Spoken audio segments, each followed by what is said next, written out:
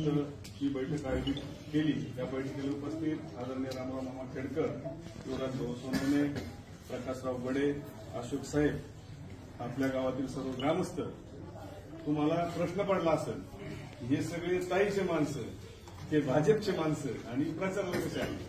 पण पहिली गोष्ट, आम्ही भाजपचे नाही, आम्ही ताईचे, आपण सगळे ताईचे। भाजप काय आपल्या बापदादाची पार्टी नाही होता। आपला बाप सगळ्याचा मुंडे साहेब तोपर्यंत होती। ज्या दिवशी साहेब गेले त्या दिवसापासून भाजपने आपल्याला त्रास द्यायला सुरू केले। आपलं सोन्यासारखं नेतृत्व, पंकजाताईला 5 वर्ष घरी बसवलं, ताईचा पराभव षडयंत्र रचून केला गेल्या निवडणुकीत। ठीक आहे, ताई पडल्या आणि त्यांना 5 वर्ष घरात बसवलं।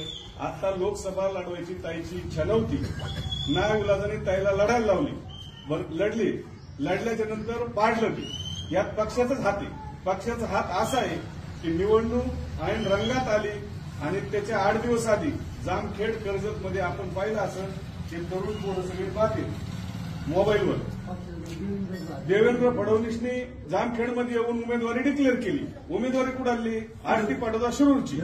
मतं कोणाचे? ताईचे। आपले लाखो मतं इथं ताईचे। आणि उमेदवार कोण डिक्लेअर करतोय? फडणवीस।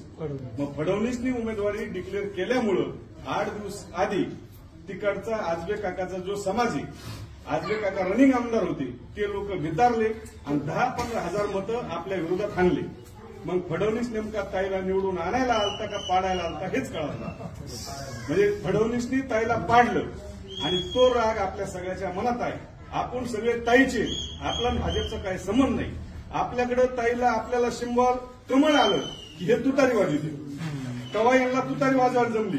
आज तुम्ही त्यांच्या बरोबर बघा, सगळे लोक ज्यांनी तुतारी वाजली लोकसभेला ते आता कमळ घेऊन फिरत आहेत। हे कमळ घेऊन फिरत आहेत। मग यांना तुतारी वाजायला जमते तर आपण बी एकदा शिट्टी वाजू ना, काय फरक पडतो? त्या शिट्टी वाजायला जोर हे मामाने सांगितलं, तुतारी तर अवघड आहे, शिट्टी सोपी आहे, शिट्टी झपकून वाजती।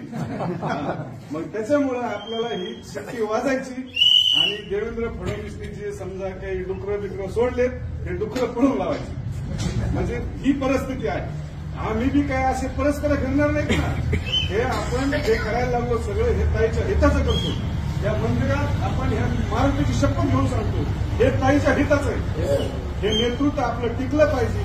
यांना जी वरून पक्ष ताप देतोय, त्रास देतोय, जो ताप जर पुढे कमी करायचा असेल तर आपल्याला या ठिकाणी सर्वसमावेशक उमेदवार धोंडे साहेब यांना निवडून आणायचं। आणि यांना बी तसं नाही, गावागावातून गाड्या लावायच्या, निवडून निकाल लागला 1000-500 गाड्या घ्यायच्या, धोंडे साहेबाला पुढे घालायचं आणि ताईच्या दारात निवडून आणायचं। तुम्ही माई निवडून बघितली होती ना, तोच फॉर्म्युला आहे।